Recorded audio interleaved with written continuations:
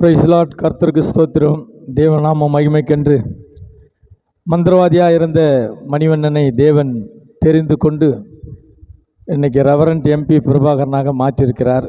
இதற்குரிய சாட்சியை உங்கள் மத்தியிலே பகிர்ந்து கொள்ளும்படி இன்றைக்கு தேவநாம மகிமைக்கென்று இந்த சாட்சியை பகிர்ந்து கொள்கிறேன். வேசார்படி என்ற பகுதியில் நல்ல ஒரு செல்வந்திரனாய் குடும்பமாக வாழ்ந்தவர்கள். என்னுடைய பாட்டனாரும் நல்ல வசதி படைத்தவர்கள். வீட்டில் வேலைக்காரர்கள் இருந்தார்கள். ஆடு மாடு தோட்டம் துறவுன்னு சொல்லி நல்ல வசதி வாய்ப்பாக வாழ்ந்த குடும்பம் நாங்கள்.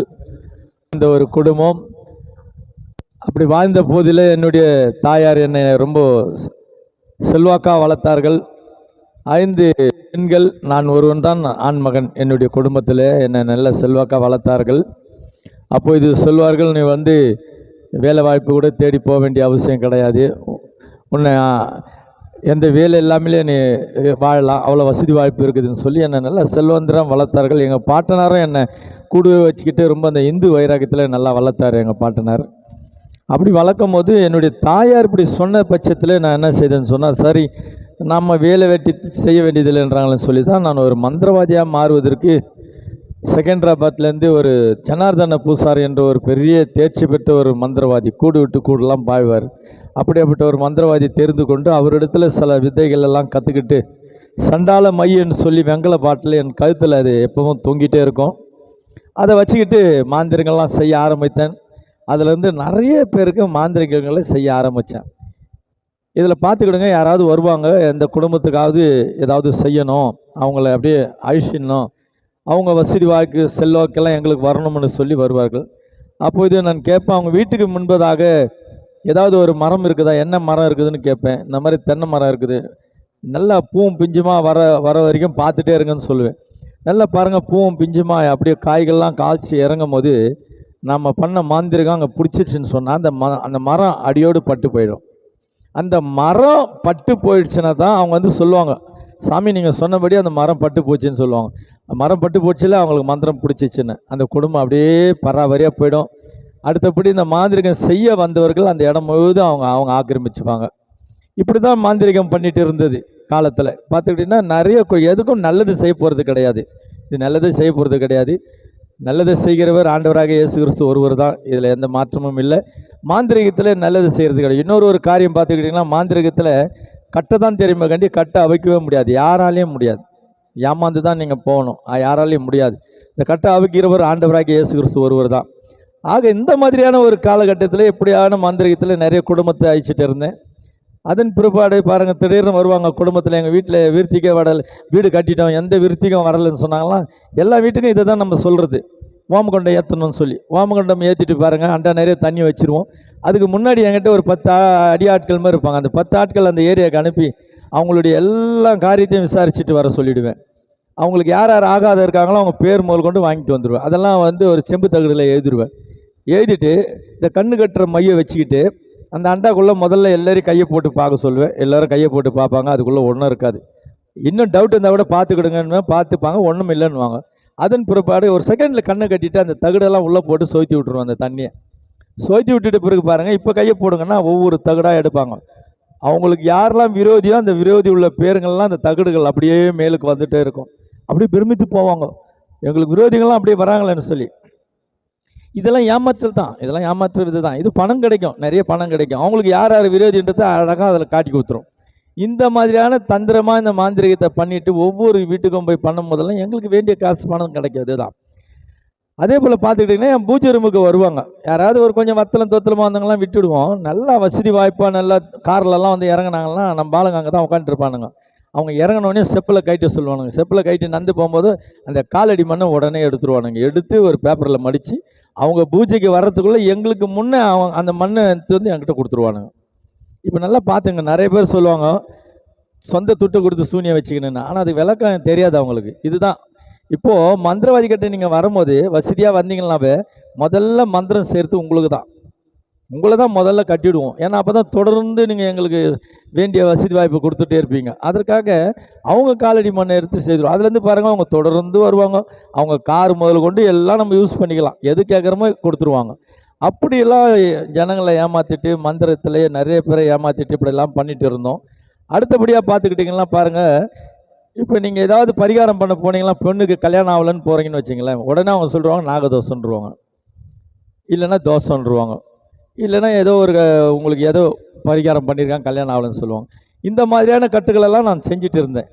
அந்த நாகதோஷன்றது பார்த்துக்கிட்டிங்கன்னா யாருமே சீர்படுத்த முடியாது, உண்மையில முடியாது. அது மந்திரவாதியால் கூட முடியாது. சும்மா ஏமாற்றுவாங்க. கடைசி வரைக்கும் அந்த பொண்ணுக்கு வாழ்க்கை வராது. அது பிறகு அந்த பொண்ணுக்கு கல்யாணமே வேணான்னு விட்டாலும் விட்டுடலாம், அதை கண்டி முடியாது.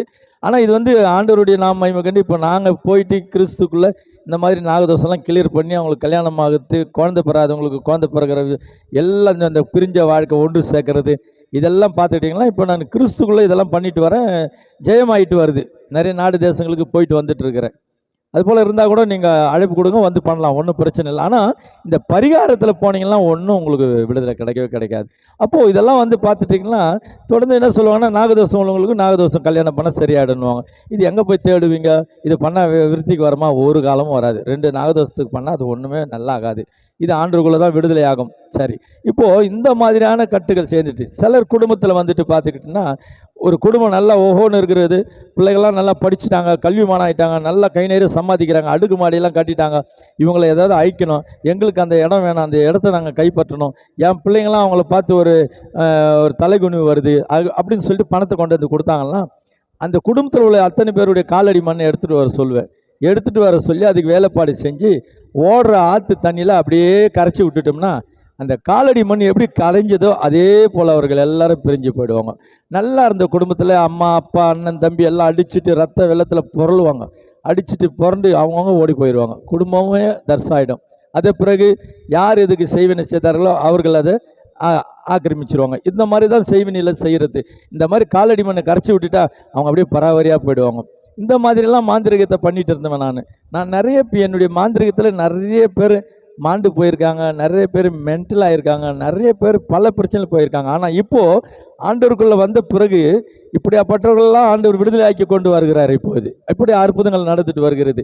ஆக மாந்திரிகத்தை இப்படிலாம் பண்ணிட்டு ரொம்ப பயங்கரமாக பண்ணுவோம் மாந்திரிகத்தை. என்னுடைய பூஜை ரூமில் பார்த்தா வரிஞ்சலாக பாட்டிலுங்க தொங்கும். ஒவ்வொரு பாட்டிலும் ஒவ்வொரு ஆவிங்க இருக்கும். எந்தெந்த ஆவி எந்தெந்த நேரத்துக்கு வர வைக்கணுமோ அந்தந்த நேரத்துக்கு வர வச்சா அந்த ஆவிகள் வரும். எனக்கு நிறைய காசு கிடைக்கிற ஆவி எதுன்னு சொன்னால் ஹார்ட் அட்டாக் ஆவின்னு சொல்லி ஒரு ஆவி ஒன்று இருக்கும் பாட்டலில். காசு கொடுத்துட்டு போனாங்கன்னா ஒரு 6 மணி நேரத்துக்குள்ளே இன்னைக்கு இல்லை நாளைக்கு அவங்க காலி ஆகணும்னு சொன்னாங்கன்னா இந்த ஹார்ட் அட்டாக் ஆவி அனுப்பி விட்டோம்னா போதுங்க, செகண்டில் காலி பண்ணிவிடும். அது உடம்புல போனவொடனே ஜில்லுன்னு அப்படி சாய்வாங்க, அப்படியே இதுவாயிடுவாங்க. அந்த மாதிரியான நிறைய பேர் தற்கொலை செய்கிற ஆவிகள்லாம் நிறைய இடத்துல இருந்து இதெல்லாம் வச்சுட்டு நிறைய பேர்களுக்கு ஆபத்தை பண்ணிட்டு இருந்தோம். ஆனால் இன்னைக்கு இவர்களுக்கெல்லாம் விடுதலை ஆக்கி கொண்டு வரும்படி தேவன் என்னை பயன்படுத்திட்டு வருகிறார். ஆக இந்த மந்திரவாதியுடைய சாட்சியில் பாருங்கள், நீங்கள் ஒவ்வொரு வார்த்தையும் நீங்கள் நல்லா கவனித்துட்டு வாங்க. இப்படியாப்பட்டதானே தேவையில்லாத காரியங்களில் போயிட்டு நீங்கள் ஏமாந்து போகிறத விட ஆண்டவரை தேடி வரும்போது இதில் ஒரு நல்ல ஒரு விடுதலை இருக்கிறது, உங்களுடைய ஜீவனை காப்பாற்றப்படக்கூடிய சூழ்நிலையும் இருக்கிறது. ஆக இப்படியாப்பட்ட ஆவிகளை வச்சுக்கிட்டு மாந்திரிகம்லாம் பண்ணிட்டு இருந்தவன் எங்கள் தெருவில் எங்களை பார்த்தவ அப்படி பயந்து நிற்பாங்க. அப்படி இருக்கும், அவ்வளோ பயங்கரமாக இருக்கும். நாங்கள் வெளியே வந்தால் அப்படி இருந்தவன் இன்னைக்கு எல்லாரும் எங்களை தேடி வராங்க, அன்பாக தேடி வராங்க, அன்பாக பேசுகிறாங்க. காரணம் ஆண்டவருக்குள்ளே போன பிறகு. அதன் பிறகு பாருங்கள், ஒரு 5 குட்டி சாத்தான் வச்சுட்டு இருந்தேன். அது பயங்கரமான குட்டி சாத்தான். அது 3 குட்டி சாத்தான் எப்படின்னு சொன்னால் வீடுகளுக்கு கல் விட்டு ஏறிடுறது, பயம் பொறுத்துறது, காலை பிடிச்சி பின்னி விடுறது, சண்டை வலிச்சு விடுறது, இதற்குன்னு ஒரு 3 குட்டி சாத்தான். இதில் 2 குட்டி சாத்தான் விசேஷித்த குட்டி சாத்தான். இந்த 2 குட்டி சாத்தான் என்ன செய்யும்னு சொன்னால் யாராவது வந்து காசு பணம் கொடுத்து இப்படியாப்பட்ட ஒரு பெரிய ஆள் அவரை ஒன்றும் பண்ண முடியாது, அவருக்கு கட்சி செல்வாக்கு இருக்குது, எதோ இருக்குது, அவரை ஒன்றும் பண்ண முடியாதுன்னு சொல்லி வந்தாங்கன்னா அவங்களிடத்துல என்ன செய்வோம்னு சொன்னால் பணம் காசை வாங்கிக்கிட்டு இந்த குட்டி சாத்தானே ஏவல் பண்ணி அனுப்பிச்சி விட்டோம்னா கரெக்டாக பாருங்கள், அவங்களுடைய துணியோ ஏதோ ஒன்று கொடுத்து அது மூக்குக்கு முன்னாடி முகர வச்சு அனுப்பிச்சிட்டோம்னா போதும். கரெக்டாக போய்ட்டு அவங்க காரில் போய்ட்டு அது உக்காந்துடும். இந்த காருக்கு முன்னாடி உக்காந்துட்டு அவங்க கார் ஓட்டும் போது நல்ல ஹெவி ஸ்பீடாக போயிட்டு இருக்கும்போது 3 ஆணி கொடுப்போம் அந்த குட்டி சாத்தாங்கிட்ட. அந்த 3 ஆணிக்கு 3 விதமான காசு. அது பாயிண்ட்டு 3 பாயிண்ட்டுக்கு 3 அமௌண்ட். அதை வாங்கிட்டு அனுப்பும்போது அந்த ஆணியை கொண்டு போயிட்டே இருக்கும்போது ஒரு ஆணி போடும், கார் பஞ்சர் ஆகும், தப்பிச்சிருவாங்க போயிட்டுக்கிட்டு. அப்படி 2 ஆணிலையும் தப்பிச்சிடலாம். பஞ்சர் போட்டு அப்படியே ஓடிட்டு போயிடுவாங்க. ஆனால் பஞ்சர் இருக்காது, கல்லடின்னு சொல்லிட்டு சரிப்படுத்தி கொடுத்துருவான், போயிடுவாங்க. ஆனால் 3ஆவது ஆணியில் கண்டிப்பாக கொண்டுவிடும். ஏன்னா அந்த 3வது ஆணையோடு அது முடிக்கணும். நாங்கள் சத்தியவாக்கு வாங்கின்னு அனுப்புவோம். அது என்ன பண்ணணும்னு சொன்னால், இவர் நல்லா காரை நல்லா ஸ்பீடாக ஓட்டிகிட்டு போயிட்டு இருக்கும்போது எதிர்த்தா போல் வண்டி வரும். ஆனால் இவருக்கு தெரியாது. அந்த வண்டி வரும்போது என்ன பண்ணணும்னு சொன்னால், கிட்ட வரும்போது இவர் கண்ணை மூடிடும். ஒரு கையில் மூடிட்டு ஆணியை போட்டுரும். போட்ட உடனே கார் அப்படியே அப்படியே இதுவாகி பஞ்சர் ஆன உடனே கார் அப்படியே சைடு வாங்கும்போது போயிட்டு அந்த வண்டியில் போய் நேராக அடிக்கும் போது இது எஸ்கேப் ஆகி வந்துடும். அதே இடத்துல அவர் என்ன விடுவார், மறிச்சிட்டாலும் மறிச்சிடலாம், இல்லை கொஞ்சம் அப்படி இப்படி உயிர் உசிலாடி இருந்தால் கூட கேட்கும் போது சொல்லுவாங்க பாருங்கள், ரோடே காலியாக இருந்தது, ரோடு வெறிச்சோடி இருந்தது, ஆனால் எங்கேருந்து வந்ததே தெரியல காரு. இல்லை அவர் எதிரில் தான் வந்தது காரு. இது இவன் கண்ணை மறைச்சிடும், மறைச்சு ஆக்சிடென்ட் பண்ணிட்டோம். இந்த மாதிரியான ஒரு விசேஷித்த ஒரு 2 குட்டிஸை தான் இந்த மாதிரி வேலையை செய்யுங்க, ஆக்சிடென்ட் பண்ணி விடுறது. இப்படியெல்லாம் பண்ணோம். இப்படியெல்லாம் பண்ணும்போது பார்த்துட்டிங்கன்னா எனக்கு நிறைய காசுங்க கிடைக்கும், ஆனால் மனுஷர்கள் நிறைய பாதிப்புக்குள்ளாவார்கள். இப்படியாப்பட்ட மந்திரவாதியாக இருந்துக்கிட்டு நிறைய குடும்பங்களுக்கு நாசத்தை பண்ணிவிட்டு என்னால் யாருக்கும் ஒரு நன்மை நடந்து கிடையாது. அவங்க பணம் காசை கூட எனக்கு நிற்காது. அந்த காசு மொத்தம் என்னோடு இருக்கிற அந்த 10 பேர் வாங்கி சாப்பிட்டு தீத்துருவாங்களே கண்டி, அந்த காசு கூட எனக்கு நிற்காது. காரணம் என்னென்னா, அது எனக்கு கைக்கு தக்காது. ஏன்னா அது பாவம் தான் அது. அப்போது இவ்வளோ பெரிய அநியாயங்களை மாந்திரிகத்தில் சேர்ந்துக்கிட்டு நிறைய குடும்பங்களை நாசப்படுத்திக்கிட்டு நிறைய பேருக்கு பிரச்சனைகளை உருவாக்கிக்கிட்டு நிறைய பேர் கை கால் உயர்ந்து போகிறது. பாருங்கள், ஒருத்தனை மென்டல் ஆகணும்னா மென்டல் ஆய்வு அமைச்சிட்டோம்னா போதுங்க. அந்த மென்டல் ஆய்வு போயிடுச்சுன்னா அவன் காதில் போய் பேச ஆரம்பிச்சிடும். சாதாரணமாக பார்த்தீங்கன்னா மனநிலை பாதிக்கப்பட்டவர்கள் என்ன ஆவாங்கன்னா, அந்த ஸ்லிப்பிங் டேப்லெட் போட்டோம்னா சாப்பிட்டு தூங்கிடுவாங்க, அப்படியே உக்காந்துருப்பாங்க, பேசிகிட்டு இருப்பாங்க, எங்கேயும் போகலாம் மாட்டாங்க. அவங்க எப்படின்னா மனநிலை பாதிக்கப்பட்டவர்கள். இவர்கள் எப்படின்னு சொன்னால், இந்த மென்டல் ஆவி ஏவி விட்ட பிறகு இது காதில் பேசும், கல் எடுத்து அடிக்க சொல்லும், சிரிச்சிட்டு ஓடுவாங்க, இப்படியே சுற்றி தலைவரி கோலமாக எங்கேயாவது திரிவாங்க. நீங்கள் கூட பார்த்துருப்பீங்க, நிறைய மென்டலுங்க தலைவரி கோலமாக துணியெல்லாம் சரியில்லாமல் இருப்பார்கள். இவர்களெல்லாம் செய்வினையால் பாதிக்கப்பட்டவர்கள். இது மாந்திரிக கட்டில் செய்வினையினால் இந்த மாதிரி மென்டல் ஆகிட்டு அப்படியே ஊரை விட்டு எங்கேயோ போயிடுவாங்க. இது எப்படி செய்வாங்கன்னா, அண்ணன் தம்பி சொத்து அபகரிக்கிறது, அப்பா சொத்து அபகரிக்கிறது, அம்மா சொத்து அபகரிக்கிறது, அவங்களுடைய ப்ராப்பர்ட்டியை நம்ம கைக்கு வாங்கணும், இவங்களை பைத்தியக்காராக்கணும்லாம் இந்த மூலிகை மருந்து பண்ணோம்னா அவங்க மென்டல் ஆகிடுவாங்க. இன்னும் ஒரு 2 ஆவி இருக்குது. சூசைடு ஆவி, ஃபேனில் தூக்கு போட்டு சாகிறதும், எண்ணெய் ஊற்றின்னு கொளுத்திக்கிறதும், ட்ரெயினில் போய் சாகிறதும், இந்த மாதிரியான ஒரு 3 விதமான ஆவிகள் இருக்குது. அதுக்கு பணம் கொடுத்தாங்களாவும் அதுக்கும் வேண்டியதுபடி செய்வோம். இந்த ஆவி இந்த பேரை சொல்லி ஏவி விட்டோம்னா அவங்க காதில் போயிடுங்க. காதில் போயிட்டு பேசிகிட்டே இருக்கும், மண்ணெண்ணெய் ஊற்றின்னு கொளுத்திக்கோ, மண்ணெண்ணெய் ஊற்றி கொளுத்திக்கோ, அப்படியே சொல்லிகிட்டே இருக்கும். அவங்களும் என்ன பண்ணுவாங்க, வீட்டுக்காரெல்லாம் வேலைக்கு போயிட்ட பிறகு பிள்ளைங்களெல்லாம் ஸ்கூலுக்கு அனுப்பிச்சிட்டு கதவை சாத்தி விட்டு மண்ணெண்ணெயை திறந்து ஊற்றிட்டு கொளுத்திப்பாங்க. செத்துட்டாங்கலாம் ஒன்றும் தெரியாது. ஒருவேளை லாஸ்ட் ஸ்டேட்மெண்ட்டு கேட்கும்போது சொல்லுவாங்க, நான் சாக வேண்டிய வேலையே இல்லை, எங்கள் வீட்டுக்காரெல்லாம் நல்லா வச்சுக்கிறேன், என் குடும்பத்தில் நல்லா இருக்கிறோம், என்னமோ என் காதில் எண்ணெய் ஊற்றி கொளுத்திக்கோன்னு என்னை டிஸ்டர்ப் பண்ணிகிட்டே இருந்தது, அது என்னமோ தெரியல, தன்னறியாமல் நான் பண்ணிக்கிட்டேன்னு சொல்லுவாங்க. லாஸ்ட்டு டைம் இருந்தால். ஆனால் கொன்னுடும். அதே போல் தான் தூக்கு போட்டுக்கிற ஆவி, அதுவும் காதில் பேசிட்டு என்ன பண்ணோம், கயிறு எடுத்து பேனில் போட்டு மாட்டிக்கு தொங்கிடு, மரத்தில் போட்டு தொங்கிக்கொள்ள, மரத்தில் இருக்கிறதுல எங்கன்னா தொங்குன்னு சொல்லிகிட்டே இருக்கும்.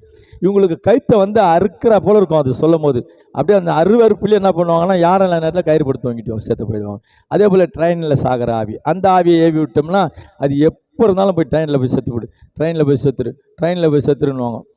அப்படி போயிட்டே இருப்பாங்க, திடீர்னு எல்லாரையும் விட்டு ஓடி ட்ரெயினில் போயிருந்துருவாங்க. இந்த மாதிரியான தற்கொலை ஆவிகள். இந்த ஆவிகளெல்லாம் என் பாட்டில் இருக்கும். கொலகாரம் பேட்டில் குடும்பத்தில் எப்படி இருக்கணுமோ அந்த மாதிரி என்னுடைய ரூமில் இருக்கும். இது எல்லாத்தையுமே பார்த்துக்கிட்டிங்கன்னா இந்த காசுக்காகன்றதில்ல, இது ஒரு வைராக்கியம், இது ஒரு வெறி ரத்தத்தனமான ஒரு வெறி என் மேலே இருந்தால் அப்படிப்பட்ட ஆவிங்க. அந்த ஆவிங்க என்னை இது மாதிரி ஆட்டி படிச்சுது. அப்போது மனுஷனுடைய ரத்தம் இந்த ஆவிகளுக்கு தேவை, மக்களுக்கு தெரியல தேவை, அதனால வெறித்தனமாக போய் கொல்லும் நம்ம அனுப்பி வைக்கும் போது. இப்போது இந்த மாதிரியான ஆவிகளை வச்சுக்கிட்டு நிறைய பேர் நிறைய உயிருக்கு ஆபத்து, எவ்வளோ பேர் மடிஞ்சு போயிருக்காங்க, எத்தனை குடும்பங்கள் நடுவீதியில் போச்சு. ஆனால் இதெல்லாம் இப்போ நான் கருத்தில் வைத்து ஆண்டவருக்குள்ளே நான் வந்த பிறகு இவர்களெல்லாம் என்னை அழைக்கிறாங்க, இவங்கெல்லாம் கூப்பிட்றாங்க. எப்படியாப்பட்ட கட்டாக இருந்தாலும் ஆண்டவர் உடைக்கிறார், போய் உடைச்சிட்டு வரோம், கிளியர் பண்ணி கொடுத்துட்டு வரோம், நல்லா ஆயிடுறாங்க, அருமையாயிடுறாங்க. அது எனக்கு ஒரு பெரிய சந்தோஷம். ஆக இப்படியெல்லாம் ஆவிகளை வச்சுக்கிட்டு நான் மந்திரவாதியாக இருந்துட்டு எவ்வளோலாம் ஆணவம் பிடிச்சி பண்ணேன், எவ்வளோலாம் செஞ்சேன் தெரியுங்களா, பார்த்துக்கிட்டீங்களா. அப்போது இதில் ஒரு விடுதலை வேணும். விடுதலை எதில் வேணும்னா, ஆண்டவருக்குள்ளே வரும்போது தான் விடுதலை. இந்த இந்த செய்வினில் பார்த்தீங்கன்னா ஒருத்தர்கிட்ட இருங்க, அவங்க மேலே ஒரு துஷ்ட ஆவி இருக்குதுன்னு இட்டுன்னு வந்தீங்கன்னா நீங்கள் நினைப்பீங்க அதை விடுதலை ஆக்கிடுவோம்னு சொல்லி. ஒரு காலமாக எங்களால் விடுதலை பண்ண முடியாது. அப்போ நாங்கள் என்ன செய்வோம்னா, எங்கள் கிட்ட அதை விட ஒரு பெரிய ஆவி இருக்கும். அந்த ஆவியை குளிச்சத்தில் வச்சு அதில் இறக்கி எங்கள் காலிலெல்லாம் பார்த்தீங்கன்னா வெட்டு வெட்டாக இருக்கும். ரத்தத்தை அதில் ஊற்றினோடனே மீன் போல் ஓடும் அந்த தகுடு. அதை பிடிச்சி அது உயிர் வந்துடுச்சுன்னு சொல்லி அந்த அந்த கப்புக்குள்ளே நோய்ச்சி கையிலேயே இடுப்புலேயே கட்டிக்க சொன்னோம்னா இந்த ஆவி அந்த ஆவியை பாதுகாத்துக்கும். அவ்வளோதான். ஆனால் நீங்கள் இப்போ துட்டு கொடுக்க வரும்போது ஒரு ஆவியோடு வந்தீங்க, பணத்தை கொடுத்துட்டு 2 ஆவியை கொண்டுட்டு போகிறீங்க. இதுதான் மாந்திரிகத்தில் செய்கிறது. விடுதலை கிடையாது. நல்லா புரிஞ்சுங்க, விடுதலை கிடையாது. ஒரு ஆவியை வச்சு இன்னொரு ஆவியை கட்டி அனுப்பிச்சிடுவோம். ஒரு வேளை நாங்கள் சொல்லுவோம், அதுக்கு நல்லா சாம்பிராணி புகெல்லாம் போட்டு நல்லா ஒரு பக்தியாக வச்சுக்கணும்னு சொல்லுவோம். மாறா இந்த பன்றி கறி இதெல்லாம் தொடக்கூடாது. தொட்டுட்டாவே இந்த வீட்டு தூரம் துணி தொடக்கூடாது. இதெல்லாம் பட்டுடுச்சுன்னா அவங்க மேலே. இப்போ ஒரு ஆவி இருந்தது, இப்போது 2 ஆவி வெளியே கிளப்பிட்டு வந்துடும். அது பிறகு என்னாண்ட கூட்டிகிட்டு வந்தால் கூட எங்களாலையும் ஒன்றும் பண்ண முடியாது. ஏன்னா எங்ககிட்ட இருந்த அந்த மூலதனமான ஆவி வச்சு தான் நாங்கள் கட்டிட்டோம். இதுதான் மாந்திரிகம். விடுதலை டோட்டலாக இயேசு கிறிஸ்து தான். ஆண்டவர் இடத்துல தான் விடுதலை. அது கண்டிப்பாக விடுதலை. ஏன்னா நான் மந்திரவாதி நான் சொல்லுகிறேன். ஏன்னா நான் மந்திரவாதி கூட சில காரியங்களை நான் சொல்லி கொடுத்துருக்கிறேன். அவர் பெரிய மந்திரவாதின்னு சொல்லுவாங்க. அவருக்கே நான் சில காரியங்களை சொல்லி கொடுத்து ஊழியத்தை பற்றிலாம் அனுபவங்கள்லாம் நான் சொல்லி கொடுத்துருக்கிறேன் அவருக்கு. காரணம் என்னென்னா, இயேசு கிறிஸ்து கிட்ட வந்த பிறகு தான் நமக்கு எல்லா ரகசியமும் தெரிய ஆரம்பிக்கிறது. ஒரு செலவு இல்லாமல் விடுதலை ஆகுது. ஜீவனை காப்பாற்றி கொடுப்பார் ஆண்டவர். அப்போது இந்த மாதிரியான ஆவிகளை வச்சுக்கிட்டு பயங்கரமான துன்மார்க்கமான ஆவிகள், வெறி பிடித்த ஆவிகள், ரத்த வெறி பிடிச்ச ஆவிகள் எல்லாம் வச்சுக்கிட்டு மாந்திரகம் செய்து நிறைய குடும்பத்தை நாசப்படுத்தின, நிறைய பேருக்கு இழப்புகள் வந்தது, கை கால் விழுந்தாங்க, அது பிறகு மென்டல் ஆகி போனாங்க. அதன் பிறகு பாருங்கள், தூக்கு போட்டு சாகிறது, எத்தனை விதத்தில் தற்கொலை. இந்த ஆவிகள்லாம் தற்கொலை செய்கிற ஆவிகள் தான். மந்திரவாதி கிட்ட இருக்கிறது அத்தனையுமே தற்கொலை செய்கிற ஆவிகள் தான். காப்பாற்றுற ஆவி கிடையாது. ஒருத்தர் வயிற்றில் இருக்கிற கருவை கலைக்கணும்னா செகண்டில் கழிச்சு போடலாம். மாமியார் வருவாங்க, என் மூத்த மருமக கர்ப்பிணியாகவும் ஆகாது இருக்கிறா, இளைய மருமக கர்ப்பிணி ஆகிட்டா, என் மூத்த மகன் ரொம்ப கஷ்டப்படுவான், இதை கலைச்சிருங்கன்னுவாங்க. பணத்தை வாங்கிக்கிட்டு சில ஆவிகள் இருக்கிறது, பேரை சொல்ல விடுமில்ல, அது ரத்த வெறி பிடிச்ச ஆவி. அந்த ஆவியை அனுப்பி விட்டோம்னா உடனே பாத்ரூம் ஆண்டை நின்றுட்டு இருக்கும். இவங்க அப்படி வரும்போது அந்த தாமானியை பிடிச்சி சிக்குன்னு ஒரு வீடியோ இருக்கும், அவ்வளோதான் ஆணுவாங்க, அப்படி கலைஞ்சிரும்.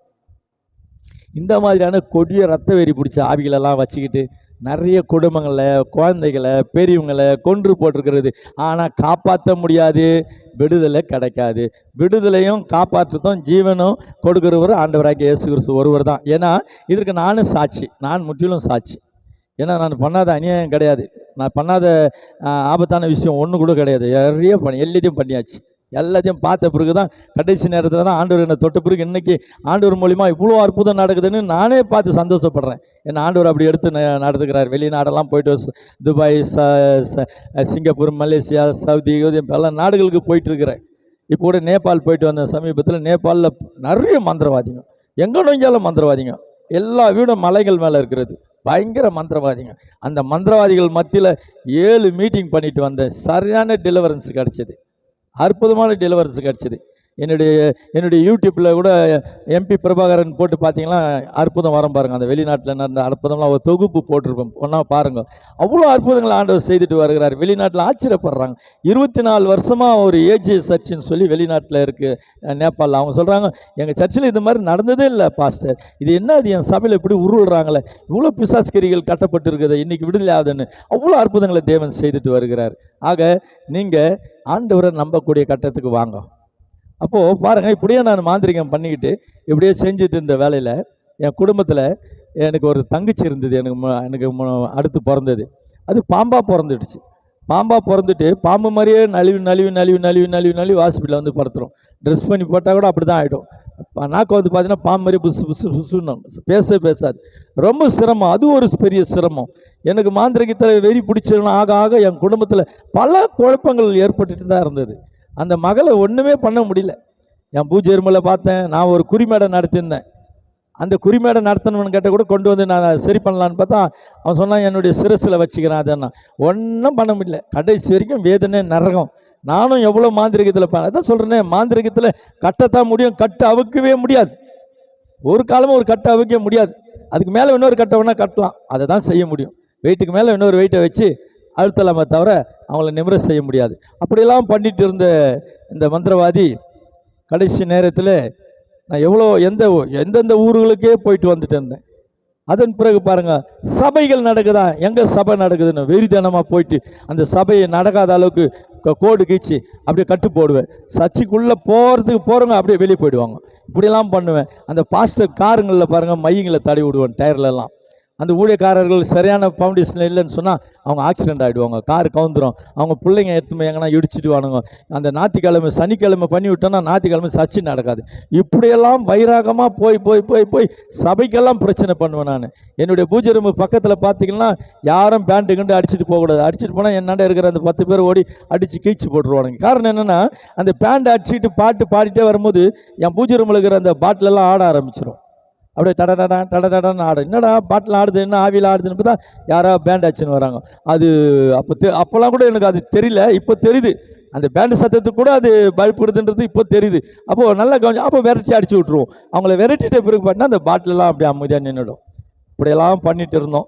எவ்வளோ செய்யணுமோ மாந்திரிகம் பண்ணேன். எத்தனை குடும்பங்களை கெடுக்கணுமோ கெடுத்தோம். எவ்வளோ குடும்பங்கள் நாசமாக போச்சு பண்ணோம். இதெல்லாம் என்னுடைய சுய புத்தியில் நான் பண்ணல, என்னுடைய வெறித்தனமாக பண்ணேன். என்ன வெறித்தனம்னு சொன்னால், இந்த நாட்டில் ஏதாவது ஒன்று நம்ம பண்ணி நம்ம பேர் எடுக்கணுன்ற ஒரு ஏமில் பண்ணினே தவிர இது தவறுன்னு உணர்ந்து பண்ணலை. இப்போ தான் தவறுன்றது எனக்கு ஆண்டவர் உணர்த்தினார். இப்போ இதெல்லாம் போயிட்டு சரிப்படுத்துகிறேன் எல்லாருக்கும் போயிட்டு. ஆக நல்ல கூடு விட்டு கூடு பாயிற மந்திரவாதிகள் எல்லாரையும் காலி பண்ணியிருக்கிறேன். ஒரு 3 ஊரில் 4 ஊரில் 4 கூடு விட்டு கூடு பாயிற மந்திரவாதிகளை காலி பண்ணியிருக்கிறேன்.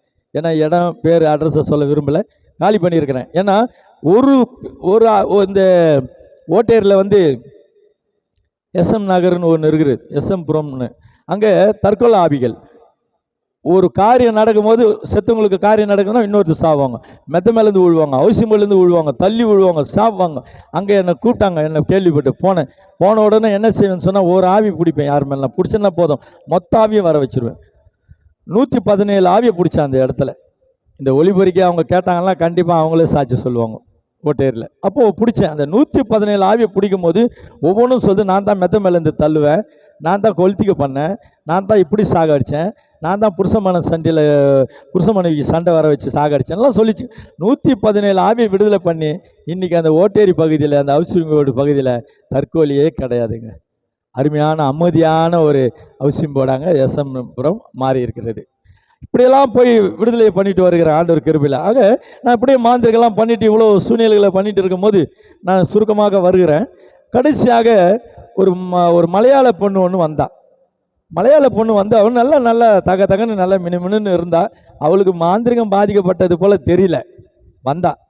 வந்துட்டு கட்டாக ஒரு 10,000 ரூபாய் கட்டை என்கிட்ட கொடுத்து, சாமியாரே வணக்கம், எங்களுக்கு ஏதாவது ஒரு நல்ல காரியம் ஒன்று செய்யணும்னு கொடுத்தா பணத்தை. அவ்வளோதான். நானும் என்ன செய்தேன்னா, ஏமாந்து கொடுக்குறான்னு சொல்லி தான் பணத்தை வாங்கிட்டேன். ஆனால் ஆண்டவர் என்ன சந்திக்கிற நேரம் போல் தெரிந்தது. அதை வாங்கிட்டு மாந்திர பூஜையில் உட்காந்து மாந்திரிகம் பண்ணால் போகவே இல்லை. அனுப்புகிறாவிலாம் அவன் திரும்பி வந்துடுது. எனக்கு ஒன்றுமே புரியலை. சரின்னு எங்கள் வாத்தியார் அப்போ இருந்தார், இப்போ இறந்துட்டார். அவரை வர வச்சேன். அவர் கையில் மை போட்டு பார்த்தாரு. நான் அதுவும் பண்ணல, வெத்தலையும் மை போட்டு பார்க்கல, எதையுமே போட்டு பார்க்கல. போட்டு பார்த்தா நல்லா டிவி மாதிரி ஸ்க்ரீன் மாதிரி காட்டிடும், போடலை. என்ன காரணம்னா, இந்த பொண்ணு ஏமாந்து நிற்கிறான்ற ஒரு ஹாபிட்டில் நான் வாங்கிட்டேன். அது வரை கேரளாலேருந்து வந்துட்டு இருக்கான் பொண்ணு, ஏதோ காசு கொடுக்குறா அப்படின்னு வாங்கிட்டேன். அது பிறகு எங்கள் வாத்தியார் சொன்னார், அவன் பெரிய மந்திரவாதி, அவனுக்கு ஈக்குவல் நம்மக்கிட்ட ஆவிகள் இல்லை, நம்ம கண்டிப்பாக தோற்று போயிடுவோம். இருந்தாலும் இந்த பணத்தை திருப்பி கொடுத்தோம்னா நமக்கு ஒரு அசிங்கமாக போயிடும், உனக்கு இந்த ஏரியாவில் உனக்கு மதிப்பு இருக்காது.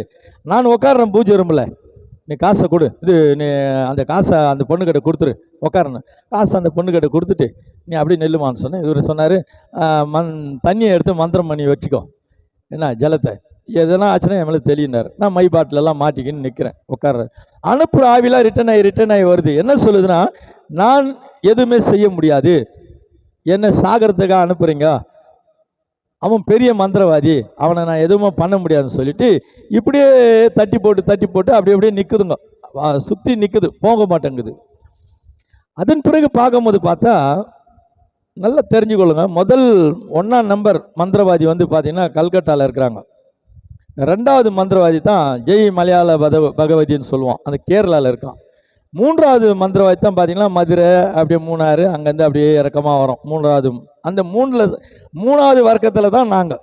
ஆகினால நாங்கள் இப்போ மாட்டிக்கிட்டு வந்து 2வது வர்க்கத்தை மந்திரவாதி கிட்ட நாங்கள் சிக்கிக்கிட்டோம்.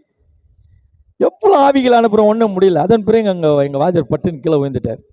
கீழே விழுந்தோடனே ஜலத்தை தெளித்தேன். ஜலத்தை தெளித்தோடனே ஏஞ்சார். எழுந்த பிறகு அவர் எழும்பினவுடனே நான் விழுந்துட்டேன். நான் விழுந்த பிறகு மூக்கில் வாயில ரத்தம் வர ஆரம்பிச்சிடுச்சு. பயங்கரமாக அடிச்சுட்டான் போட்டு, அடிக்குது பூரிட்டு. அப்போ அந்த மந்திரவாதி என்ன பண்ணாருன்னா, எங்கள் வாத்தியார் எல்லா ஆவிகளையும் கீழே வர வச்சார். மொத்தம் கீழே வாங்கினார். காப்பாற்றுங்க காப்பாற்றுங்கனார். அதுங்க சொல்லுது, எங்களை நாங்கள் காப்பாற்றிக்கிறோமே தவிர இவரை நாங்கள் காப்பாற்ற முடியாது, உங்ககிட்ட மோதி இருக்கிற மந்திரவாதி பெரிய மந்திரவாதின்னு சொல்லிட்டு சத்தியம் அடிச்சுட்டு எல்லாரையும் ஃபினிஷ் போயிடுச்சு. அப்படியே ஃபெனால் ஒன்று கூட கிடையாது. அப்போது வாத்தியார் சொல்கிறாரு, உன்னை காப்பாற்ற முடியாது, உன்னை காப்பாற்ற முடியாது, ஏதோ உன்னுடைய தாய் தப்பை ஏதாவது செய்த ஒரு புண்ணியத்தில் தான் நீ ஏதாவது தப்பிக்கணும், நானும் கிளம்புறேன்னு சொல்லிட்டு அவரும் போயிட்டார் என்னை அனாஜா விட்டுட்டு. அப்படி ரத்த வெள்ளத்தில் மிதந்து இருக்கேன். என் கூட இருந்த அந்த 10 பேர் அவங்களும் ஓடி போயிட்டானுங்க பயந்து. கடைசியாக எழுந்து என் தாயார் வீடு வந்து ஒரு ஒரு 15 மினிட்ஸ் டிஸ்டன்ஸ். எங்கள் பார்ட்னர் வீட்டில் தான் நான் இந்த பூஜைலாம் நடத்திட்டு இருந்தேன். சரி அம்மா வீட்டுக்கு போயிடலாம் சொல்லி அம்மா வீட்டுக்கு போகிறேன். ஒரே ஜனம் பின்னாடி, ஒரே ரத்தம் அடிக்குது, பூரிட்டு அடிக்குது. எப்படி பார்த்தாலும் ஒரு 3-3.5 பாட்டில் ரத்தம் கிட்ட போயிடுச்சு. இன்னும் ஒரு 1.5 பாட்டில் வந்தானே செத்து போயிடுவோம், அவ்வளோதான் அவுட்டு. கண்ணெல்லாம் இருண்டு போச்சு. அப்படியே போகிறேன். போனவொடனே வீட்டுக்கு போனவொடனே அம்மா என்னாச்சுப்பான்னு கத்தி ஓடி வராங்க. எங்கள் பெரிய அக்காவை கூப்பிட்டு, அம்மா தம்பியை வண்டி கிண்டி புக் பண்ணு, அந்த குதிரை வண்டியை ஜடகா வண்டின்னுவாங்க, ஜடகா வண்டியை கூப்பிட்டு தூக்கி போட்டுன்னு போகலாம், தம்பி செத்துருவோம் அப்படி இப்படின்னு பயம் சொன்னேம்மா. என்னை நீங்கள் காப்பாற்ற முடியாது, எந்த டாக்டர் கிட்ட போனாலும் என்னை காப்பாற்ற முடியாது, என்னை நீங்கள் வீட்டில் வந்து ஒரு மூலையில் படக்க விட்டுடுங்க, அந்த ஜனத்தெல்லாம் கொஞ்சம் விரட்டி விடுங்க. நாங்கள் அந்த ஜனத்தெல்லாம் விரட்டி விட்டாங்க. விரட்டி விட்டுட்ட பிறகு என்னை கூட்டிட்டு போகாத மந்திரவாதி கிடையாது. பல்லாவரம் பரிங்க மேலே ஒரு பெரிய மந்திரவாதி இருந்தார். அவர்கிட்ட தூக்கின்னு போய் போட்டாங்க. போட்ட பிறகு பார்த்துக்கிட்டிங்கன்னா அவர் பண்ணி அறுத்தார், என்னென்னமோ காவு கொடுத்தாரு, காப்பாற்றவே முடியல. காலையில் பார்த்துக்கிட்டிங்கன்னா காக்காலாம் கத்துது, கான்னு போயுது வடிது. தூக்கி அப்படியே ஜடகாலை போட்டுட்டு திருப்பி எடுத்து வருவாங்க. அப்படியே பணமாத்தின்னு வந்து வீட்டில் போடுற கதை தான். இது போயிட்டு வரும்போது பார்த்துக்கிட்டிங்கன்னா நிறைய மாட்டு மேலெல்லாம் அந்த ஆவிகள் போய் மாடுங்க வந்து திமிர் பிடிச்சி கயிறு அறுத்துக்கிட்டு ஓடி எங்கேயோ ஓடி தொலைஞ்சி போச்சு. சில மாடு பால் மடி வீங்கி போய் அதுங்கெல்லாம் செத்து போச்சு. இப்படியே இது எல்லாம் ஒவ்வொன்றும் அழிஞ்சு சில மாடுகளை களவாயிட்டாங்க. இதெல்லாம் போயிட்ட பிறகு பாருங்கள், நாங்கள் மாடு வச்சுட்டு பால் கறக்கும் போது வேசார்படியில் பஜனை கோயில் அங்கே தான் பஸ் ஸ்டாண்டு, அந்த 64 பஸ்லாம் அங்கே தான் நிற்கும். அப்போது அந்த பெரிய அம்பல் காப்பு ஹோட்டலுக்கு நாங்கள் தான் பால் சப்ளைங்க மாடு மூலியமாக கொடுப்போம். காரணம் என்ன, அப்படி ஓஹோன்னு இருந்தோங்க நாங்கள். அது பெரிய ஹோட்டல். அது எத்தனை பேர் தெரியுமா, அந்த வைக்கல் உடச்சி போடுறதுக்கு பால் கறக்கிறதுக்கு இப்படிலாம் வாழ்ந்தோம் நாங்கள். கடைசியில் எல்லாம் அழிஞ்சு போச்சு. இந்த ஆவி வந்து எல்லாரும் நாசப்படுத்தி டோட்டலாக டஸ்ட் ஆகி போச்சு. ஒன்றும் கிடையாது. ஒருவேளை சாப்பாட்டுக்கு கஷ்டப்படுற சூழ்நிலை வந்தாச்சு. அந்த சூழ்நிலை என்ன செய்யுதுன்னா, நான் அப்படியே படத்து கிடக்கிறேன். எனக்கு முதல்ல கொஞ்சம் பேச்சு இருந்தது, அப்புறம் பேச்சு போயிடுச்சு. சரி, அப்படி இருந்தாலும் வாயை திறக்க முடிஞ்சது. ஏதோ ஒரு பாலோ ஏதோ ஊற்றுவாங்க, ஏதாவது பழம் ஏதாவது நசைக்கு கொடுப்பாங்க, திங்குவேன். அதுதான் எனக்கு ஆகாரமே. வேறு எதுவும் ஹார்டாக எந்த ஃபுட்டும் சாப்பிட முடியாது. தொண்டையில் போட்டு கட்டிட்டாங்க. கடைசியாக என்ன பண்ணிட்டான், தொண்டையை கட்டினவன் வாயை கட்டிட்டான். பல்லெல்லாம் அப்படி கிட்டிருச்சு. பல்லெல்லாம் அப்படி கிட்டிக்கின பிறகு ஸ்பூன் நீக்கி தான் கொஞ்சம் கொஞ்சமாக பால் ஊற்றுவாங்க. கடைசி நேரம் என் உயிர் போகக்கூடிய சூழ்நிலை வந்துடுச்சு. 6 மாத காலம் ஆயிடுச்சு. அப்போது என்னுடைய அம்மா சொல்கிறாங்க, இனி நாம் தம்பியை காப்பாற்ற முடியாது, தம்பி செத்துருவாம்மா, இன்னும் 2 நாள் கூட இருக்க மாட்டான். நீ என்ன பண்ணுறேன்னா, தோட்டத்தில் போயிட்டு அலரி மரம் இருக்குது, அந்த காயெல்லாம் அரைச்சி நல்லா அந்த கூழ் அப்படியே எடுத்துகிட்டு வா, கொலன்னு எடுத்துகிட்டு வா, எடுத்துகிட்டு வந்து வச்சுட்டு என்ன செய்யலாம், நம்ம எல்லோரும் ஒரு டம்ளர் குடிச்சிடலாம். ஆனால் இப்போ குடிக்க வேணாம், தம்பியை எல்லோரும் பார்க்க வருவாங்க போவாங்க. அதிகாலையில் எல்லோரும் குடிச்சிட்டு படுத்துடலாம், ஒரு 20 நிமிஷம் 6 ஹவரில் செத்து போயிடுவோம். இருக்கிற இந்த வீட்டை கிட்ட விற்று போட்டு நம்மளை எப்படியே தூக்கிட்டு போய் போட்டுடுறாங்க, விடுமான்ட்டு எடுத்து வந்து வச்சுட்டாங்க. எனக்கு பேச்சு இல்லை, கை அசைவில் நான் சொல்கிறேன், நான் தான் சாகணும், நீங்கள் ஏன் சாகணும், என்னை கவனிக்கல. அவங்க கொண்டு வந்து வச்சுட்டாங்க. இப்போ ஒரு காலையில் எல்லோரும் குடிக்க போகிறோம். அப்போ நான் என்ன யோசித்தேன், நான் இருக்கிற கொஞ்சம் இந்த பலத்திலேயாவது எழுந்து எப்படியாயிலும் போயிட்டு ஒரு 10 நிமிஷத்தில் போயிடலாம் ரயில்வே ஸ்டேஷன் கிட்டத்துக்கு. அப்போது வேசார்படி ஜீவா ரயில்வே ஸ்டேஷன் கிடையாது, ஒரே பெரம்பூர் தான்.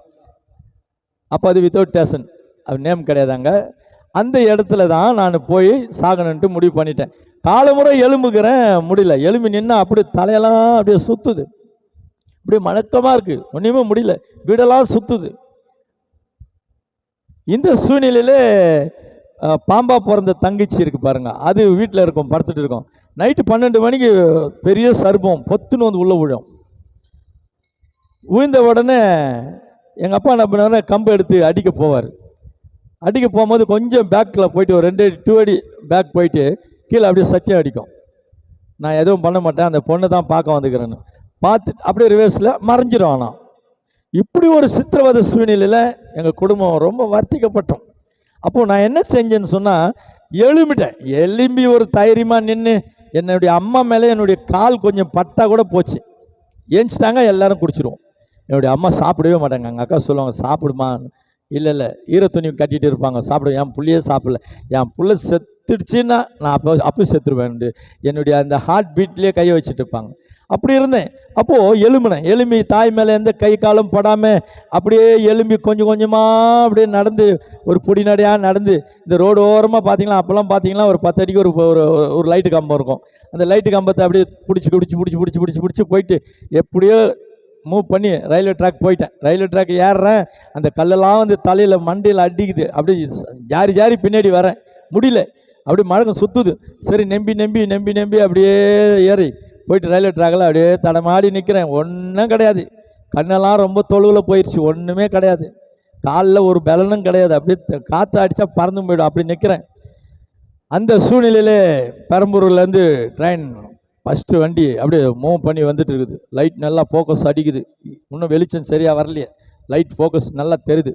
அப்போ நான் என்ன நினைக்கிறேன்னா, அந்த ட்ரெயினுக்கு முன்னே ஓடி தூளாக போயிட்டோம்னா ஒரு சதை கூட கிடைக்கூடாது. ஏன்னா என் முகத்தை கண்ணாடியில் பார்த்துட்டு நானே அடிச்சுப்பேன், முகத்தை அப்படி இருக்கும், அகோரமாக இருப்பேன்.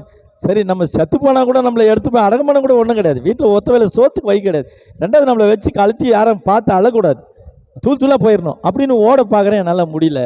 ஒரு அடி ஒரு ஸ்டெப் எடுத்து வைக்க தான் முடியத கண்டி ஓட முடியல. அப்போ வந்து பார்த்துக்கிட்டிங்கன்னா சில்பர் மரம், அங்கே ட்ரெயின் வந்து ஒரு 100 ஃபீட்டில் வருதுன்னா இங்கே தட்டுன்னு அப்படி அதிரும், அப்படி குதிக்குது, நெஞ்சு நின்று போகிற மாதிரி இருக்குது. அதுக்குள்ளே நம்ம ட்ரெயினில் அடிப்படுறதுக்குள்ளே சாகக்கூடாது, ட்ரெயினில் அடித்து தான் சாகணும், தூளாக போகணுன்னு முடிஞ்ச வரைக்கும் முயற்சி பண்ணுறேன். கிட்ட போயிட்டே இருக்கிறோம். ஒரு 20 ஃபீட்டு டிஸ்டன்ஸ் ட்ரெயின் வந்துடுச்சு. இப்போ ட்ரெயின் என் மேலே ஏறப்போகுது. ட்ரெயின் மேலே போகிற மாதிரி இருக்குது, எனக்கு கண்ணெல்லாம் அப்படியே சுற்றுது, மழக்கமாக இருக்குது, தலை சுற்றுது. அப்போ ட்ரெயின் ரொம்ப கிட்ட வருது. ட்ரெயின் நான் கிட்ட போயிட்டே இருக்கிறோம். நானும் போயிட்டு தான் இருக்கிறேன், வரட்டும்னு தான் போயிட்டே இருக்கிறேன். அடிக்கிட்டு அடிச்சு தூளாக போகணுன்னு போகிறேன். ட்ரெயின் கிட்ட வந்து அப்படி மேலே அடிக்குதுன்னும் போது கண்ணை மூடிட்டேன், செத்துட்டோன்னு. யாரோ ஒருத்தர் என்னை பிடிச்சி இழுத்து மார் மேலே சாய்ச்சாங்க. அப்போ கூட நான் மரியாதையாக கூப்பிடல, நான் வச்சுருந்த சாத்தானுங்க தான் என்னை ஒன்றும் சாக அடிக்காத என்னை பிடிச்சி இழுத்துடுச்சுங்கன்னு நினச்சிட்டு யார் நீன்னு கேட்டேன்.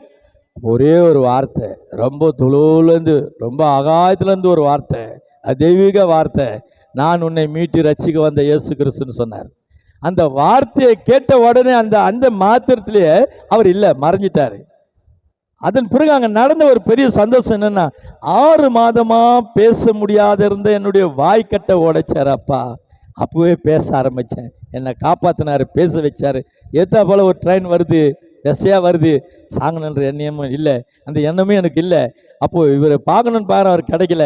நீட்டாக வீட்டுக்கு ஓடி வந்தால் என்னுடைய தாயாரெலாம் ஒரு மாதிரியாக அழுதுருக்காங்க, என் பிள்ளை செத்துடுச்சுன்ற நியூஸ் வரும்போது நான் இருக்கக்கூடாது, நான் செத்துடணும், எடுன்ட்டு அந்த அந்த அந்த சாரை எடுத்து அந்த விஷத்தை குடிக்கலான்னு சொல்லி அந்த அலறி வேறு அந்த குழு எடுத்து குடிக்க பார்க்குறாங்க. அம்மானு போய் நின்னேன். அப்பா என்ன நடந்தது, நடந்ததெல்லாம் சொன்னேன். யாரோமா என்னை காப்பாற்றினாருமா, நான் செத்துட்டு இருப்போமா, என்னை காப்பாற்றினாரு, என்னை காப்பாற்றி ஒரே ஒரு வார்த்தை சொன்னார், உன்னை மீட்டு ரட்சிக்க வந்த இயேசு கிறிஸ்துன்னு சொன்னாருமான்னு. இப்போ கூட பாருங்கள் எனக்கு கண்ணீர் வருது. அப்படியேப்பட்ட தெய்வம் என்னை காப்பாற்றினாரு. அப்போ எங்கள் அம்மா சொன்ன ஒரே வார்த்தை, அவர் தான்ப்பா உண்மையான தெய்வம், அவரே ஏற்றுக்கலாம்ப்பா, எல்லாத்தையும் தூக்கி எரிஞ்சிடலாம்ப்பா, இனிமேல் எதுவும் வேணாப்பான்னு சொல்லிட்டு ஆண்டவரை ஏற்றுக்கொள்ளக்குள்ள ஒரு காலகட்டத்தில் எல்லாரும் நெருங்கணும். அப்போ என்னுடைய அம்மா என்னை பார்த்து கேட்ட வார்த்தை, பேசுறியப்பா, இது எப்படிப்பா, அவர் பிடிச்ச உடனே நான் பேச ஆரம்பிச்சிட்டேம்மான்னு. அதன் பிறகு எல்லாரும் ஒன்று சேர்ந்து ஆண்டவர் நாமத்தை மகிமைப்படுத்தி சிபிஎம் சர்ச்சில் போயிட்டு பாஸ்டர் லாசரஸ் பாஸ்டர் இடத்துல போயிட்டு நாங்கள் எல்லாரும் சரண்டர் அடைஞ்சு சொன்னோம், நடந்தெல்லாம் சொன்னோம். அவர் சொன்னார், தம்பி நீ உன்னை ஆண்டவர் ஒரு வல்லமையான ஊழியக்காரனாக எடுத்து நடத்துவார் தம்பி, நீ ஒன்றும் ஆண்டவரை ஏற்றுக்கல, ஞானஸ்நானம் கூட எடுக்கலை, ஆண்டவர் பற்றி கூட தெரியாது, ஆனால் நான் உனக்கு தீர்க்கதரிசனமாக சொல்கிறேன், உன்னை ஏற்ற காலத்தில் ஆண்டவர் உன்னை வல்லமையான ஊழியக்காரனை நடத்துவார் தம்பி. அந்த பரிசுத்தம் சொன்னது இன்றைக்கி வல்லமையாக வெளிநாடுகள்லாம் போயிட்டு இருக்கிறேன். அப்போது நான் வீட்டுக்கு வந்த பிறகு ஜெபம் வந்து அப்போ அவர் சொன்னார், போயிட்டு இனிமேல் ஜெபம் பண்ணணும் தம்பின்னாரு. எனக்கு பண்ண தெரியாதையான்னு, உன்னுடைய தாய் தகப்பனத்தை எப்படி பேசுவோம் அப்படி பேசு தம்பின்னாரு. நான் நைட்டு 12 மணிக்கு தான் பூஜையில் உட்காருவேன். அந்த பூஜை நேரத்தில் உட்காருமா, அது கூட எங்கே உட்காருவாங்க, சுடுகாட்டில் தலைச்ச பணம் இருக்குது பாருங்கள், அந்த குழி மேலே உட்காந்து தான் செய்வேனை செய்கிறது, அப்போ தான் வாய்க்கும். எங்களுக்கு தெரியும் எது தாலிச்சங்குழின்னு சொல்லி. அப்போது அந்த 12 மணி நேரத்தில் தான் ஆவிகளை ஏவி விடுறது. எப்போ ஏவி விடுவோம்னா அமாவாசையில் ஏவி விடுவோம். அந்த அசுத்த ஆவிகளை ஏவி விடணும்னா அமாவாசை. இந்த பெண்களை மழக்கிறது, பலவிதமான கெட்ட சிந்தனைகளை கொண்டு வர்றதுக்கு பாம்பை ஏவி விடணும்னா பௌர்ணமியில் செய்வோம். இந்த மாதிரி செய்வோம். அப்போது அந்த 12 மணிக்கு ஜெபிக்கணும்னு உட்காந்தாங்க. 12 மணிக்கு உட்காடுறேன், அப்பான்னு ஏதோ ஒன்று சொல்கிறேன், எல்லா ஆவியும் வந்துடுச்சு. வந்துட்டு எங்களெல்லாம் விட்டு நீ மட்டும் தப்பிக்க பார்க்குறியா, நாங்கள் எங்கே போகிறதுன்னு ஒரே போராட்டம். அப்போ ஆண்டவர்கிட்ட சொன்னேன், அப்பா என்னை நீங்கள் எடுத்துருங்க, என் உயிரை எடுத்துருங்க, இனி அது பக்கம் திரும்ப மாட்டேன், நான் என் உயிரை எடுத்துருங்க, எனக்கு ஒன்றும் தெரியல, இதுங்கிட்ட நான் போராடுவேன் எனக்கு தெரியல, அதுங்க திரும்ப வந்து என்னை அட்டாக் பண்ணிடுச்சிங்களா, எனக்கு நல்லதாக இருக்காதுப்பா, என் உசுரை எடுத்துருங்கப்பான்னு சொன்னேன். அப்போ ஆண்டவர் சொன்னார், எனக்கு தெரியாத வசனமெல்லாம் அப்போ சொல்கிறாரு, இன்னைக்கு உன்னை பரிசுத்தம் பண்ணிக்கொள், நாளைக்கு உன் மத்தியில் அற்புதம் செய்வேன்னு சொன்னார். அன்னைக்கு சனிக்கிழமை. அப்புறம் சொல்கிறாரு, நாளைக்கு ஓய்வு நாள், இந்த அற்புதத்தை நீ பார்ப்பேன்னாரு. அப்புறம் திரும்ப ஒரு வார்த்தை, உனக்கு காண்டாமிரத்துக்கு ஒருத்த அபிஷேகத்தை தருவேனார். இது ரெண்டுமே எனக்கு குழப்பம் தான், ஒன்றுமே புரியலை. வசனம் சொன்னதும் எனக்கு புரியல, இந்த காண்டாமிரத்து ஒத்த பலனும் எனக்கு புரியல.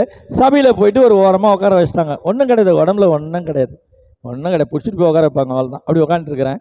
அப்போ உட்காந்துட்டு இருக்கும்போது எல்லாம் ஆவியில் நிறைஞ்சு ஓடுறாங்க. என்ன ஆனால் மாரில் போட்டு குத்திக்கிறேன், ஆண்டவரை எனக்கு ஏன்ப்பா அந்த அபிஷேகம் கொடுக்கலன்னு சொல்லி. அப்போது மெட்ராஸ் பெண்டிகாட் சர்ச்சு பிரபுதாஸ் பாஸ்டரையாக இருந்தாங்க. அப்போது பாக்கிய நாள் என் பாவம் தீர்ந்த நாள் அந்த பாட்டு வரும். என் ரட்சகா என் இயேசுவே, அந்த பாட்டில் பாக்கிய நாள் இயேசு என் பாவம் தீர்ந்த நாள் பாருங்க. அந்த பாட்டு பாடும்போது கூட எனக்கு அழ வருது. அந்த பாட்டு வரும்போது அப்படியே மாரில் குத்திக்கினேன். என் பாவம் தீர்ந்த நாளா இல்லையா, என் உசுறு போயிடணும் இல்லை நான் அப்படி சொல்லும் போது அந்த காண்டாமிரத்துக்கு ஒத்த பேல நான் அந்த அபிஷேகம் என் மேலே இறங்கின உடனே ஒரு 10 அடி டிஸ்டன்ஸுக்கு தூக்கி அடிக்கப்பட்டது. என்ன எல்லாரும் வந்து அமுக்கி பிடிக்கிறாங்க, எல்லாரும் போய் போயிடறாங்க. எனக்கும் ஒன்றும் புரியல, என் உடம்புல ஒன்றும் கிடையாது, அந்த பலம் அவங்கெல்லாம் போய் போயிடறாங்க. அதுக்கப்புறம் பாஸ்டர் வந்தார், விடுங்கப்பா அந்த தம்பியை விடுங்க, ஏதோ ஒரு விசேஷத்தை அபிஷேகம் ஆண்டு கொடுத்துருக்கிறார் அந்த தம்பிக்குன்னு சொல்லிட்டு என்னை முதுகில் தட்டிட்டு ஓரமாக உட்கார வச்சாங்க. கண்ணெல்லாம் எரியுது, காதெல்லாம் நெருப்பு. அந்த பாட்டு பாடும்போது அபிஷேகம் அப்படி இறங்குச்சிங்க, வல்லமையான அந்த பாஸ்டருங்க ஒரு பிரபுதாஸ் வாஸ் ஐயா அவர்கள். அப்போது அந்த இடத்துல இருந்து பாட்டு பாடணுன்னு ஓரமாக உட்கார வச்சுட்டு அவர் நல்லா ஜூஸ் எடுத்துன்னு வந்து கொடுத்தாரு. லாசர் ஐயா கொடுத்துட்டு இதை முழுசா குடிப்பான் தம்பின்னார். குடிச்சு கூட எனக்கு அடங்கலை, அந்த லெமன் ஜூஸ் குடிச்சு கூட கண்ணெல்லாம் அப்படியே எரியுது. அப்போ சொன்னார், என்ன தம்பி நடந்ததுன்னார். நடந்ததெல்லாம் சொன்னேன், ஐயா இன்னைக்கு போ, உன்னை பரிசுத்தம் பண்ணிக்கோ, உன் மத்தியில் அற்புதம் செய்வேன், உனக்கு காண்டாமிரத்துக்கு ஒத்த பலன் தரேன்னு சொன்னார் ஐயா. அப்படியா, அந்த அபிஷேகம் தான் தம்பி உனக்கு கிடைச்சிருக்குது, உலகத்தில் கிடைக்காத ஒரு பொக்கிஷம் ஆண்டவர் கொடுத்துருக்கிறேன். நான் ஏற்கனவே சொன்ன உன்னை வல்லமையான ஊழியக்காரனை எடுத்து பயன்படுத்துவார்னு சொல்லி நிச்சயம் ஆண்டவர் உறுதிப்படுத்திட்டார் அந்த வார்த்தைன்னு சொல்லி என்னை அப்படியே கட்டி பிடிச்சிட்டு அப்படியே என்ன பண்ணாங்க. அன்னைக்கு மறுநாள் அன்னைக்கு சாயந்தரம் பீச்சில் வந்து சாரால் நவராஜ் மீட்டிங் வச்சுருக்கும் போது என்னை கூட்டிகிட்டு போய் வாலண்டியர்ஸ்லாம் கூப்பிட்டு இந்த தம்பி கொஞ்சம் அப்படியே கவரப் பண்ணிக்கோங்க, தம்பி மேலே அபிஷேகம் எதனா வந்தால் வேறு ஏதாவது ஆவி வந்துன்னு சொல்லி எல்லோரும் எதனா இது பண்ணுவாங்க, கொஞ்சம் பார்த்துங்கன்னு சொல்லி போயிட்டேன். நான் பாட்டு உட்காந்துருந்தேன், நான் ஆவிலெல்லாம் நிறையில அப்படி தான் இருந்தேன், எனக்கு எதுவும் ஆகலை, ஸ்பிரிட் வரல. அவங்க அங்கேருந்து தீர்க்க தரிசனம் சொல்கிறாங்க. சாரால் நவராஜ் என்ன சொல்கிறாங்க, மகனே உன் மேலே காண்டாமிரத்து ஒத்த பலனாவே ஆவியை அபிஷேகத்தை கொடுத்துருக்கிறேனே, ஏன் தாமதம் பண்ணுற, எழும்பி பிரகாசி எழும்புட்டாங்க. அடிச்சம் பல்ட்டி மணல் பறந்தது. அப்புறமா பாஸ்டாங்க வந்து அலோஸ்மெண்ட் பண்ணுற, அந்த தம்பி அப்படியே ஒன்றும் பண்ணாதீங்க, அப்படியே அமைதிப்படுத்துங்க, எதுவும் பண்ணாதீங்க, அப்படியே அமைதிப்படுத்தாங்க. அப்புறம் அந்த ஐயா வந்து எங்கள் மேலே கையை வச்சு ப்ரேயர் பண்ணிட்டு, தம்பி நீ எங்கேயோ டாப்பில் போயிடுவேனாரு, போய் இன்றைக்கி போய் ஜெபம் பண்ணி பாருனார். போய் ஜெபம் பண்ணல, அதே மாதிரி பார்க்கப்பாரு ஒரு ஆவியை பார்க்குறேன், எல்லாமே கண்ணு கட்டாத தூரத்தில் இருந்தது. அப்போவே ஃபோன் நம்பர் அப்படியே எரிஞ்சிச்சு, புஷ்ன்னு சாம்பல் ஆயிடுச்சு. எனக்கு ஒன்றும் கிடையாது, அப்போவே அந்த வல்லமை ஆண்டவர் கொடுத்தார். அதன் பிறகு 5 வருஷம் சபையில் அடங்கியிருந்தேன். ஊழியக்காரெலாம் என்னை சாட்சி கொடுக்க கூப்பிடுவாங்க, போக மாட்டேன். 2 முறை 40 நாள் உபாசம் எடுத்து அப்பா எனக்கு வேண்டிய கிருபையை கொடுத்து என்னை கொண்டு போனேன். 2 முறை 40 நாள் சாப்பிடாத உபாசம் எடுத்தேன், வேண்டிய கிஃப்ட்டை கொடுத்து இன்றைக்கி எல்லாம் வெளிநாடுகள்லாம் கொண்டு போய் வீடுகள்லாம் கொண்டு போய் என் ஆண்டவர் அற்புதம் அதிசயத்தை செய்து அவர் நாம மகிமைக்கென்று தேவ அடிமையை பயன்படுத்தி வருகிறார். நீங்களும் அழைங்க, கர்த்தர் உங்களை ஆஸ்வதிப்பார். என்னுடைய ஃபோன் நம்பர் இதில் வரும், நீங்கள் பார்த்துக்கிட்டு எனக்கு ஃபோன் கால் பண்ணுங்க, உங்களுக்கு நான் ஜெபிக்கிறேன். இப்போ ஒரு சின்ன ஒரு ஜெபத்தை நம்ம ஜெபிச்சிடறோம். வருஷம் தோறும் மாறாத்தமது இருக்கும், வருஷம் தோறும் மாறாய் தமது இரக்கம் பெருக பெருக செய்யும் தேவ அனுக்கிரகத்தை பெருக பெருக செய்யும் தேவ அனுக்கிரகத்தை மறவாதே மனமே தேவ சுதனை மறவாதே மனமே தேவ சுதனை. எங்களை அதிகமாக நேசிக்கிறேன் நல்ல ஆண்டவரே. இந்த நல்ல வேலைக்காக நன்றி செலுத்துறேனப்பா. உங்களுடைய நாமயமுக்கென்று கொடுத்த இந்த மந்திரவாதியுடைய சாட்சியின் வார்த்தையை கேட்குற அத்தனை பேரும் விடுதலை பெறட்டும் ஆண்டவர். இந்த அடிமை அழைக்கட்டும். வேண்டிய விடுதலையை நீங்கள் கொடுப்பீங்க. எத்தனையோ நாடு தேசங்களுக்கு கொண்டு போய் நீங்கள் விடுதலை கொடுக்குறீங்க. இவர்களுக்கும் நீங்கள் கொடுங்க. இந்த சாட்சியை கேட்டு உங்களுடைய அடிமைக்கு ஃபோன் பண்ணி உங்கள் நாமயமுக்கென்று அவர்கள் உம்மிடத்தில் விடுதலை பெறட்டும் ஐயா. கேட்ட அத்தனை பேரையும் ஆசீர்வதிங்க. அழைக்கிற அத்தனை பேரையும் ஆசீர்வதிங்க அப்பா. இந்த ஒளிபரிக்க இந்த நிகழ்ச்சியை ஷூட் பண்ணி கொடுத்த சபை போதகரை அவரையும் தாவீது அவரையும் ஆசீர்வதிங்க. அவர் சபையை ஆசீர்வதிங்க. அவர் குடும்பத்தை ஆசீர்வதிங்க. சபை வளர்ச்சி நாளுக்கு நாளுக்கு சபை வளர்ச்சி பெருகட்டும். 2 நாளாகமம் 5:5 சொன்னது 2 நாளாகமம் 2:5 சொன்னது போல இந்த உலகத்தில் இருக்கிற எல்லா தேவனுக்காரையும் தேவன் பெரியவர், ஆகவே நான் கட்டுகிற ஆலயம் பெரிதாக இருக்கும்னு சொல்லி அப்படி நிரப்பங்கப்பா. இந்த அடிமை கொடு முழுவதும் உங்கள் பொறுப்பாத்தில் முற்றிலும் சரண்டர் பண்ணுறேன்ப்பா. இந்த சித்தம் போல வளைத்து நடத்துங்க ஆண்டவரே. கேட்டதை கேட்க மறந்த யாவும் உடைய சித்தத்துக்குள்ள போகிறோம். எல்லாம் துதியும் கன மகிமை யாவும் உமக்கே செலுத்துகிறோமப்பா. இயேசு கிறிஸ்து மூலம் ஜெபிக்கிறோம் எங்களுக்கு ஜீவ தந்த நல்ல பிதாவே. Amen amen. Praise the lord. கர்த்தர் உங்கள் அனைவரையும் ஆசீர்வதிப்பார். ஆமேன்.